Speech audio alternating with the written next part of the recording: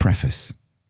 Horror has always been a fascination of mine, and it's a joy to share that with my son.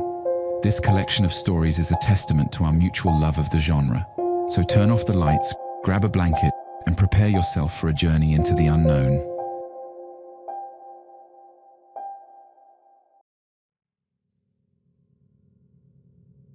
Chapter 1. Awakening. John Hartley, a seasoned astronaut, gradually regains consciousness as his eyelids flutter open. The dim lighting of the ZVEZDA spacecraft's hibernation chamber illuminates his disoriented face. The air inside the chamber feels stale, heavy with anticipation. As he struggles to gather his bearings, a surge of disorientation washes over him, a cruel reminder of the years spent in suspended animation. His heart pounds in his chest as he takes in his surroundings. The hibernation pods of his fellow crew members line the chamber, their bodies suspended in a serene stillness. It's a haunting sight, reminiscent of a mausoleum, and a shiver runs down John's spine. He wonders how long he has been unconscious, what events have unfolded while he slept. Curiosity gets the better of him, overriding the caution that lingers in the back of his mind. With cautious steps, he disembarks onto the metallic floor, the coldness seeping into his boots. The spaceship's interior is eerily quiet, amplifying the sound of his own breathing. The silence hangs heavy, as if the ship itself holds its breath. The entrance to the hibernation chamber opens, revealing a narrow corridor that stretches into darkness. John hesitates, his hand trembling as he reaches for the emergency flashlight strapped to his belt. The feeble beam of light cuts through the shadows, casting eerie shadows on the walls.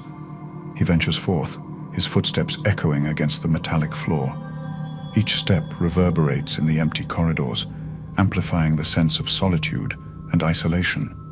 The hum of the ship's systems is barely audible, a distant reminder of the life that once thrived within its walls. As John explores the desolate expanse, a growing unease settles in the pit of his stomach. He feels as though he is being watched, the weight of unseen eyes bearing down on him. The ship's hallways seem to stretch and distort, playing tricks on his mind. Reality blurs, and his senses are heightened, every creak and whisper filling him with apprehension. The walls appear to pulse with a sinister energy, the metallic surfaces almost alive. Shadows dance and shift in the corners of his vision, the boundaries between imagination and reality blurring into a nightmarish haze. John's grip on the flashlight tightens, his knuckles turning white, as if it were his only lifeline in this unsettling place. Suddenly, a flicker of movement catches his attention. His heart leaps into his throat as he turns to face it. There, in the distance, stands an ancient structure, a foreboding labyrinth. Its stone walls rise like a monstrous sentinel, seemingly alive with malevolence. The air around it crackles with an otherworldly energy, pulling John towards its mysterious depths.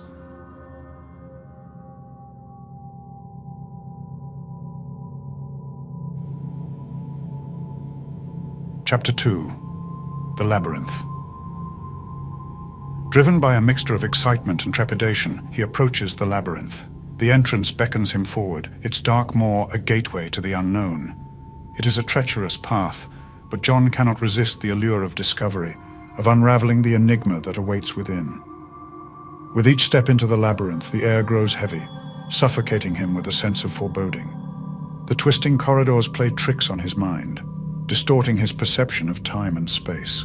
Every turn seems familiar yet alien, as if the labyrinth itself is a living entity, toying with his sanity. Thoughts of darkness and malevolence creep into John's consciousness, like tendrils of a malevolent force seeking to consume him. Shadows cling to the corners of his vision, whispering secrets and sowing seeds of obsession within his mind. He fights to maintain his composure, to cling to his sanity amidst the growing chaos as he delves deeper into the labyrinth's treacherous depths.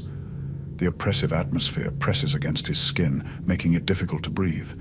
The walls close in, suffocating him with their silent malevolence. Suddenly, a sound echoes through the corridors. A soft, haunting melody that sends shivers down John's spine. It resonates with an otherworldly beauty, captivating and unnerving him in equal measure. He follows the ethereal song, his senses on high alert, navigating the labyrinth's intricate twists and turns. And then, amidst the labyrinth's labyrinthine corridors, John hears footsteps. He freezes, his heart pounding in his chest. The footsteps draw closer, their rhythm steady and deliberate. With bated breath, he turns around to face the source of the sound. There, emerging from the shadows, is a girl. Her pale face is framed by long, dark locks that cascade around her like a cloak. Her eyes, intense and piercing, meet John's gaze with an uncanny familiarity. She moves gracefully, almost floating as she approaches him. "My name is Natalie," she says softly, her voice carrying an otherworldly cadence. "I too have awakened within this labyrinth. It seems we are bound by fate, John Hartley." John's initial shock gives way to a glimmer of hope. Natalie's presence brings a sense of companionship and understanding in this nightmarish place. They share stories of their lives before the deep slumber, reminiscing about the world they left behind on Earth, their loved ones, and the daring missions they embarked on. Their conversations provide a temporary respite from the labyrinth's claustrophobic grip. They find solace in each other's company, a semblance of humanity amidst the surreal nightmare. Yet, even as they form a fragile bond, a lingering unease taints their newfound friendship. As they venture deeper into the labyrinth, Natalie's words start to echo in John's mind. She questions him about the origins of his ticket to ZVEZDA, and he feels a pang of guilt coursing through his veins. Memories surface, memories of betrayal and selfishness. Reluctantly, John confesses to Natalie how he obtained the ticket. He had stolen it from his girlfriend, leaving her behind on Earth. The truth hangs heavy in the air, casting a shadow over their camaraderie.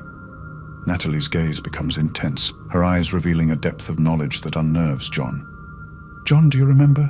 Natalie's voice is laced with a chilling calmness.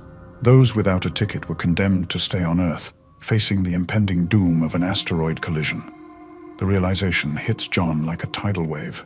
Fear courses through his veins as he comprehends the magnitude of his actions. He recalls the chaotic scenes he witnessed as the spaceships departed, leaving behind a shattered world on the brink of destruction. In that moment of revelation, Natalie vanishes before John's eyes, leaving him alone in the heart of the labyrinth.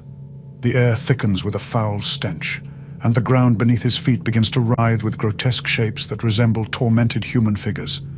The physical manifestation of the infernal realm surrounds him, closing in on every side. Haunted by the evil thoughts that have consumed his mind, John grapples with his own sanity.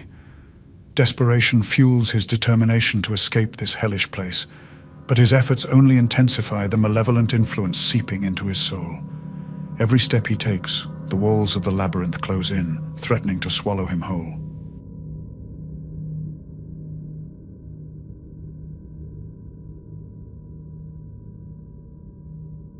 Chapter 3. The Abyss Beckons. As John Hartley races against the suffocating darkness, his every step becomes more treacherous. The labyrinth's walls constrict, squeezing the life out of him as if they hunger for his soul. He can feel the weight of his sins bearing down upon him, a relentless force that refuses to be denied. His body weakens, his breaths shallow and labored. The air turns icy, chilling him to the core, as if the very essence of evil has permeated the labyrinth's corridors. Whispers, sinister and indiscernible, echo through the shadows, tormenting his senses. Desperation gnaws at his sanity, pushing him to the brink of madness. Shapes materialize in the darkness, writhing and contorting, taking form as grotesque specters of his past transgressions. Their hollow eyes glare at him with accusatory fury, their ghastly wails piercing his soul. John's heart pounds in his chest, each beat a painful reminder of the price he must pay. The labyrinth, a place of eternal punishment, feeds on his fear, relishing in his torment. It knows his darkest secrets, the depths of his depravity, and it seeks to consume him whole. With his strength waning, John collapses to his knees, his body trembling with a mix of exhaustion and terror. The labyrinth, sensing his vulnerability, presses closer, its walls closing in like a predator closing its jaws. The very fabric of reality seems to unravel, revealing the abyss that lies beneath. As John stares into the abyss, a profound darkness stares back at him, its hunger palpable.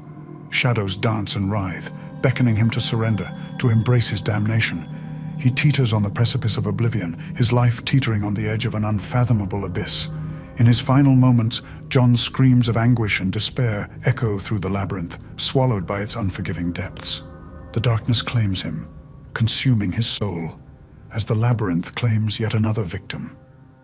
Lucas's eyes snap open, his body jolting with a sudden surge of awareness. The hibernation chamber's eerie silence presses against his ears, intensifying the growing unease within him. A flickering light casts grotesque shadows on the walls, elongating them into monstrous figures that seem to writhe and beckon him towards the labyrinth's entrance. A sense of foreboding coils around Lucas's heart, but an insidious curiosity grips him tightly, refusing to release its grip. The whispers of forgotten souls echo in his mind, whispering tales of unspeakable horrors and forbidden knowledge.